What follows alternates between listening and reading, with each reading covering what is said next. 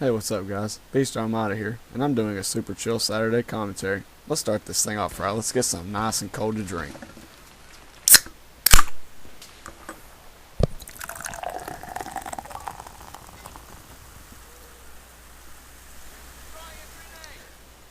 Hey, what's going on, everybody? So, pretty much what I wanted to talk about today in this Saturday commentary is, shooters and, the games that are going to be coming out, and some of the games I'm looking forward to, and pretty much how shooters have impacted how I play games and why I pretty much play shooters and how I find the fun in shooters. Alright, so let's get started. So, basically, um, there's a few good games that are going to be coming out this year. Pretty much there's always a few good games coming out every year. And a lot of people are probably, asking me, I've already had a few people ask me, are you going to buy Black Ops 2? Okay, and I do realize I have Battlefield 3 in the background, by the way, as well, but I will talk about some of the Battlefield games in the future, so also. But, yes, I am going to buy Black Ops 2, and the reason why is because I'm just a fan of Call of Duty, period. It doesn't matter. I mean, I understand that, yeah, they have problems, and I'm not, being negative about this. I mean, yeah, every game's got problems. There's no doubt about it. I mean, even Battlefield 3, as great as a game as it is, it still has issues. And, I even saw some issues today while I was getting this gameplay. But, like I said, they're not big flaws, so it doesn't really bother me. But, with Black Ops 2, I have high hopes for this game to be, at least better than Modern Warfare 3 was, because that game was just, it had so many problems, man.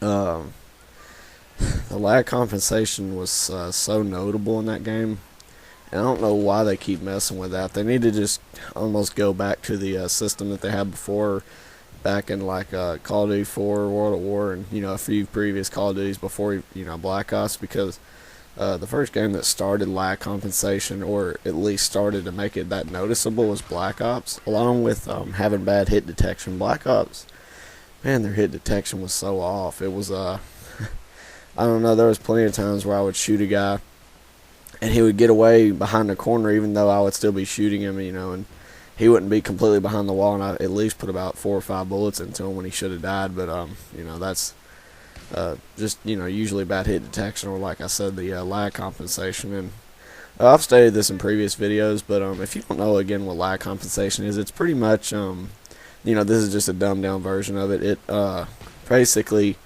if you have a better connection than the person that you're looking at, I guess in front of you, at least this is what I've gathered, it tries to lower your connection again to make it, a little bit more fair. And, I don't necessarily have a problem with that. I mean, if they make it in a balanced way, so far they've struggled to make it fair for both ends of the stick, I guess you could say. I mean, they just had issues trying to balance that and make it fair for everyone.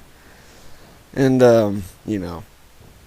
it's whatever. I mean, yeah, it's still a problem, and it's probably, at the moment, it's one of the biggest problems in Call of Duty. The recent Call of Duties today, it's one of the biggest problems, I guess. Next to hit detection. Hit detection's been not the best as well, but enough about Black Ops 2. The next game I'm really excited for, and I know a lot of you probably are gonna find this a little bit of a surprise, but I do like Halo. I mean, some of you are actually my friends in real life that watch my videos or whatever. I mean, I've been a Halo fan for a while, and I used to be a huge Halo fan, especially when Halo 1, 2, and 3 were around. I mean, I wasn't that much of a fan of Halo Reach, but Halo 3's multiplayer was just so fantastic, man. I mean, I loved it so much. I don't know how many hours and days I clocked into playing the multiplayer, but it was probably at least 50 days. I mean, I don't think it kept stats like Call of Duty does, where it tells you how many days played. But in Halo, I probably at least played 50 days worth of it, and I think I was like 13 or 14 then, at, years of age. So, I mean, yeah, it's more of a kid-oriented game, I guess. But I mean, I played it a lot with my friends and stuff. I mean, it was just a fun game, and I mean, it was a pretty balanced game actually to be a one of the first few games released on the Xbox 360. I have to say that for a new project like that, because I mean, I guess they had to do a bunch of new coding and programming and stuff because, I mean, to go from the Xbox to the 360, I'm sure you had to do a bunch of different coding and programming and all that business that I don't understand. I probably never will. But they did a pretty good job. And, I mean, it was just simple. It's almost like the Call of Duty 4 version of Halo, and I know a lot of people hate when I compare games to each other, but, I mean, let's be honest here. Halo 3 was probably and Halo 2, were the peak of Halo's multiplayer. It was basically, and excuse me, I've been just coughing a lot, so you might hear some of that. I've been freaking struggling with this cough for the past few weeks, and it's really annoying. But anyways, enough with that of me being sick. No pity. But yeah, I mean, Halo 2 and 3 were just the peak of Halo's multiplayer. And that kind of falls into, in my, at least for me, Call of Duty 4 and World at War were the peak of Call of Duty's multiplayer.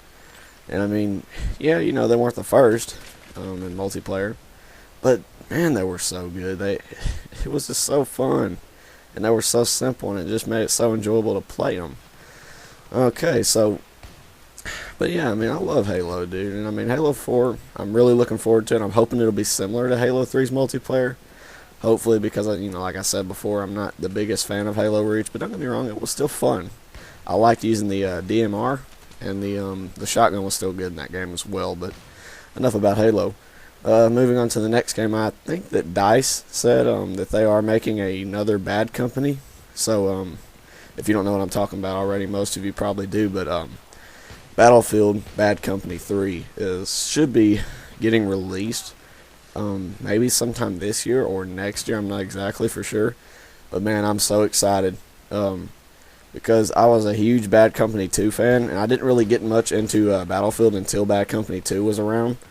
But when I played that, I clocked a bunch of hours and days into it as well, like I've said before. I mean, I love shooters so much. They're just so fun, and I guess it's I think the reason I love shooters so much is because the adrenaline junkie kind of like in me. I mean, man, it's just so fun, the thrill of I mean, yeah, they're fast-paced sometimes, and sometimes they're slower-paced, but most of the time it's, always high adrenaline fun, and it's just shooting people. I mean, that's just fun to me.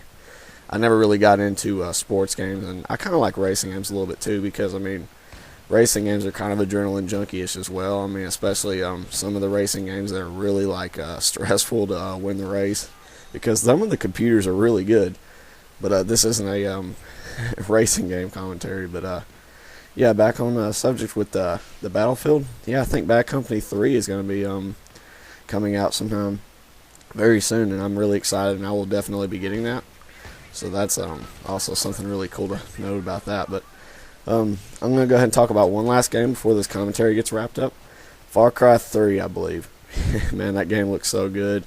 Far Cry is just it's been a beautiful game for many years. I mean, the graphics on it are just so awesome.